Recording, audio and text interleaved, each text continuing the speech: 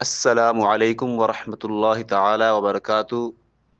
احمد اسماعیل official channel کی طرف سے آپ کا بھائی مفتی احمد اسماعیل حاضر خدمت ہے ایک نئے سوال کے ساتھ۔ ایک صاحب پوچھتے ہیں کہ ہیپی نیو ایئر منانا، نئے سال کی مبارکباد دینا کیسا ہے؟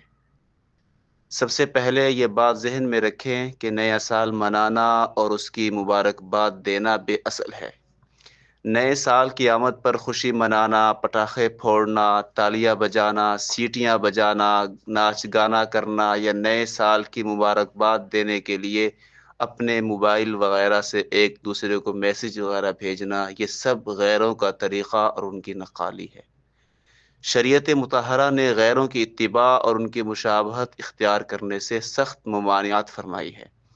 حدیث پاک من تشبہ بقوم فہو منہم، کہ جس نے کسی کی مشابہت اختیار کی کل قیامت کے روز انہی میں اٹھایا جائے گا۔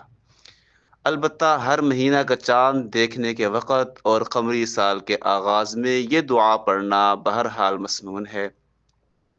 وہ دعا آپ کی خدمت میں حاضر ہے: اللہم اہلہ علینا بالامن والایمان والسلامت والاسلام ربی وربک اللہ۔ تو اس طرح اسلامی اصولوں کے مطابق ان دعاؤں کا اہتمام رکھیں، مغرب کی نقالی سے اپنے آپ کو بچا کر رکھیں اور نبی کریم صلی اللہ علیہ وسلم کی تعلیمات پر عمل پیرا رہیں۔ اگر نئے سال کی مبارکباد دینا جائز یا مستحب بھی ہوتا تو حضور صلی اللہ علیہ وسلم کی زندگی میں 65 بار نئے سال آئے، لیکن نہ کسی صحابی نے حضور کو مبارکباد دی اور نہ حضور صلی اللہ علیہ وسلم نے کسی صحابی کو مبارکباد دی۔